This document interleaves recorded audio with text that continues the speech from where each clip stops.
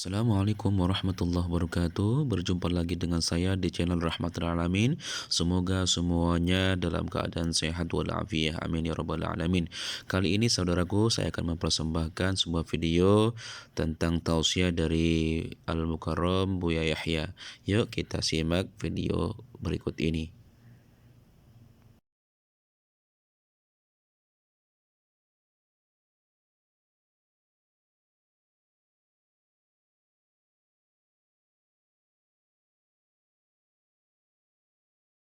Durhaka halus, kelihatannya si bekti. Kita membuat contoh, sering buat contoh. Ada seorang anak gadis, zamannya zaman HP, zaman internet. Habis belajar, Masya Allah belajar, ibundanya senang melayani anaknya belajar, dibuatkan kue, teh, kopi, pokoknya tidak tidur sampai belajar. Selesai belajar, HP-an, main HP dan sebagainya. Dengar ibundanya nyuci piring, letak di dapur, diintip, piringnya masih tinggi, masuk lagi ke dalam. Diperkirakan piring mau habis, langsung pura-pura kelar. Umi, mama, kenapa mama tidak ngasih tahu sama kakak, teteh? Biar saya yang nyuci. Tidak berlaku basa-basi, Allah Maha Tahu. Jadi berbakti itu sesungguhnya maka segera koreksi diri. Kalau ternyata kita belum rindu mengabdi kepada orang tua, jangan-jangan nasib kita adalah nasib sengsara. Awas, tumbuh subur rasa cinta itu. Bayangkan bagaimana orang tua kita melahirkan kita, bagaimana beliau merawat kita, menyusui kita, dan seterusnya. Kalau ternyata ada di antara kita kok tidak ada jiwa ngabdi, nggak ada rindu kepada orang tua, kok tiba-tiba gampang marahan, jangan-jangan nasib buruk untuk kita. Kita pupuk, ayo cepat bangun hubungan baik dengan orang tua. Kalau kita kurang rindu mengabdi, kita sering banyak membuat cerita. Barangkali itulah kisah aku. Ada orang mengabdi. Begitu sebaliknya, orang yang berbakti ini nggak bisa. Namanya berbakti itu akan membentuk dirinya itu selalu berbaik. Saya buat contoh, mungkin tahun yang lalu yang menghadiri majelis apa yang ikut kami. Saya cerita tentang anak SMP yang sekolah, anak muda, anak SMP atau SMA, sekolah naik sepeda dia. Anak SMP kelas 3 SMP atau kelas 2 SMP. Biasa berangkat sekolah naik sepeda, karena sekolahnya tidak jauh 1,5 kilo. Suatu ketika dia itu lagi makan pagi. Di saat lagi enak-enaknya makan pagi, disamperin sama sahabatnya, naik sepeda zaman dulu. Hei, ayo cepat berangkat telat. Kaget dia lihat jam sudah siap. Makan cepat. Langsung mencuci tangan. Salaman ke ibunya. Langsung naik sepeda, dibarengi sama kawannya tadi. Sesampai di sekolah, kawannya yang nyamperin, yang jemput tadi masuk kelas, dia nyandarkan sepeda sebentar, tiba-tiba keluar pulang lagi. Temennya tuh bingung, ini ngapain dong, sudah sampai sekolahan kenapa kembali lagi? Ditunggu. Akhirnya datang lagi lah anak muda tadi, anak 2 SMP tadi. Ditanya, hei kenapa kamu pulang lagi, sudah sampai sekolahan? Ada yang ketinggalan? Enggak. Terus ngapain kamu pulang? Lihat, jawabannya sangat sederhana. Iya, tadi waktu kamu nyamperin aku kan buru-buru banget. Kamu bilang waktu itu siang, aku kaget buru-buru. Sehingga aku habis makan mencuci tangan, langsung cium tangan ibuku. Aku lupa, kalau piring itu belum aku cuci, aku tidak rela jika yang mencuci piringku adalah ibundaku. Mana sekarang kita sudah tua begini masih suka nitip, bu, cuciin baju saya. Manusia atau bukan kita ini? Ibunya masih kita perbudak, sudah cukup ibu kita menyucikan baju kita masa kecil kita. Kalau kita masih sehat, lakukan untuk kita. Kita yang bergantian mencuci. Ibunya lagi cuci piring, titip, ma piring. Mana hati kita, mana? Jangan main-main, ini urusan keberkahan. Kenapa hidup kita lagi susah? Ya karena kita kurang bekti pada orang tua, kurang menghormati. Iya, kalau kita orang sakit, kita nggak bisa berjalan, kita nggak bisa menggerakkan tangan, masih minta tolong pada ibunda kita. Kita sudah sehat begini, ibunda kita lihat wajahnya, wajahnya sudah mulai keriput, tangannya kasar karena kerja untuk kita agar kita bisa sekolah. Kulitnya menghitam, kebakar matahari mencari duit agar kita bisa sekolah. Itu ibunda kita, ayah anda kita. Makanya benar-benar besar bagi siapapun yang durhaka. Nggak akan bahagia. Ayo kita sekarang berubah. Nah ini renungan. Sebab tandanya kalau orang umrah mabrurah itu nanti ada perubahan. Berat memang kadang. Kadang kasih sayang ibunda dan ayahanda kita yang luar biasa menjadikan seorang anak itu seenaknya. Itu sudah hampir berlaku di mana-mana rumus itu. Ngentengin.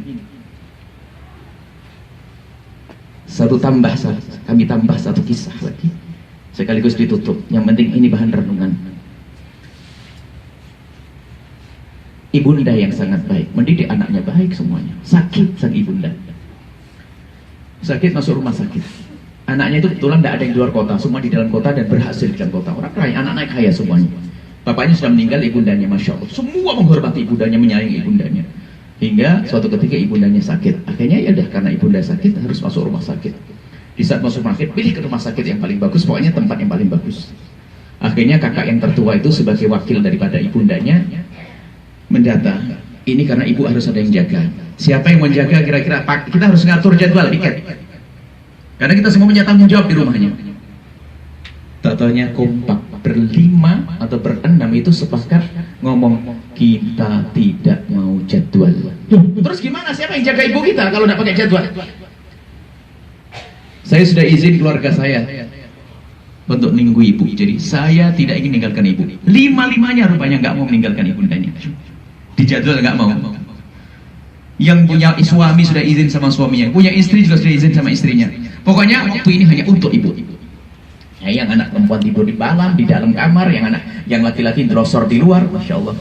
Sehari dua hari, kecuali pagi dok, nanti yang lain pulang ke rumah sebentar balik lagi, pulang ke rumah sebentar, bolak-balik dok, nggak mau jadwal. Pokoknya di situ terus. Subhanallah, sehari, 2 hari, 3 hari, 4 hari, 5 hari, 10 hari, 15 hari, ibunya sudah mulai sehat. Salah satu dari mereka ini,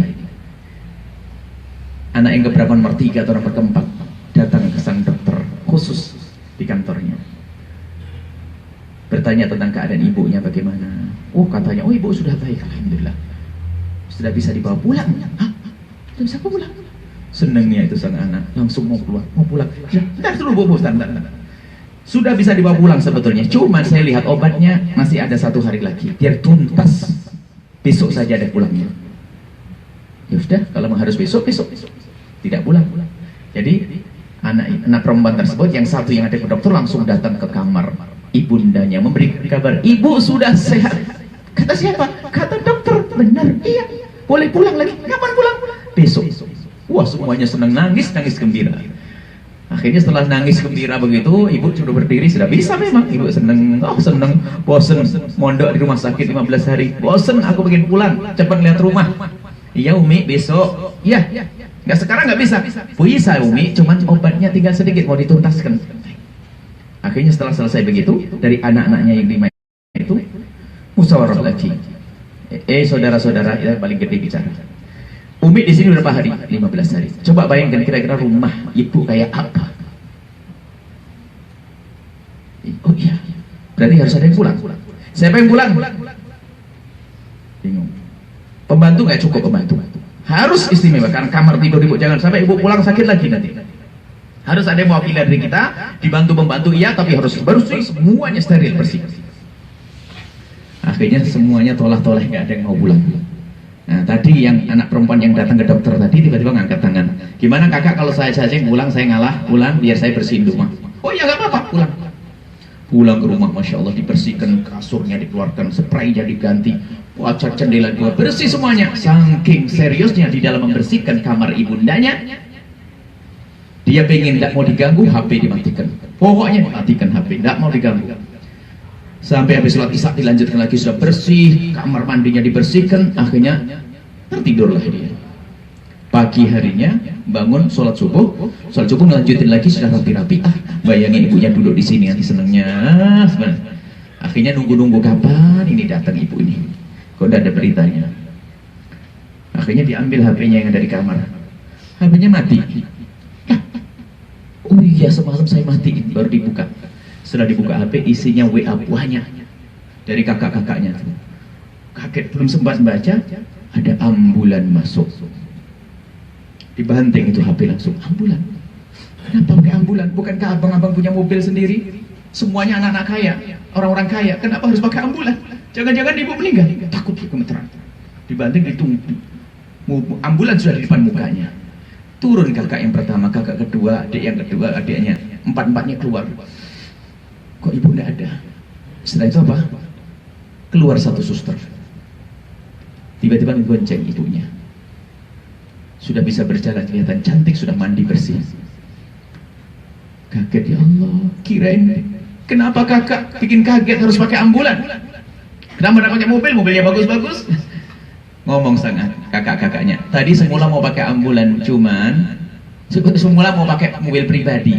Hanya kalau mobil pribadi itu kan nggak cukup kalau bareng-bareng. Lagi pakai ambulan yang paling gede, yang paling bagus, jadi semuanya bisa kumpul di kamar. Lihat ibunya baring di situ. Masya Allah, itu anak. Ingin lihat ibunya senang. Cuman ingat, berbakti urusan hati.